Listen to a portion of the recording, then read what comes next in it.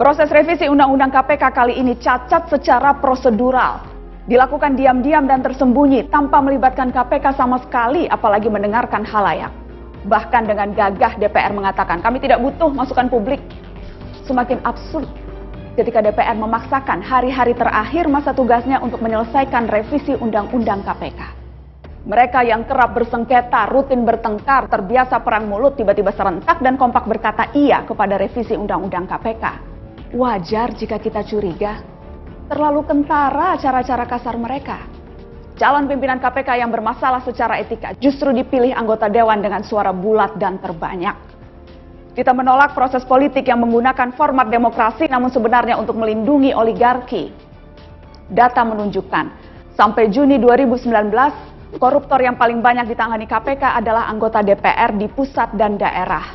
Jumlahnya sampai 255 perkara. Tercatat ada 130 kepala daerah, 6 pimpinan partai politik, 27 kepala lembaga atau kementerian terjerat kasus korupsi.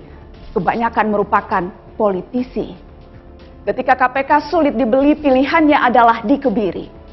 Mirisnya lagi, kali ini upaya itu seperti direstui Presiden Jokowi. Ada banyak kesempatan yang dimiliki Presiden untuk menghentikan upaya pelemahan ini. Tapi kecewa yang akhirnya kita alami. Saat ini pimpinan KPK telah mengembalikan wewenang pemberantasan korupsi kepada Presiden RI. Beberapa pimpinan KPK juga telah mengundurkan diri. Masyarakat, kelompok profesional dan akademisi beramai-ramai membuat petisi.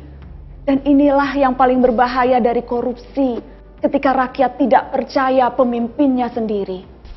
Kita semua perlu bukti bahwa politik tidak abai dan tuli. Kita menuntut mereka yang dipilih dengan suara tidak berlagak lupa menggunakan mata dan telinga.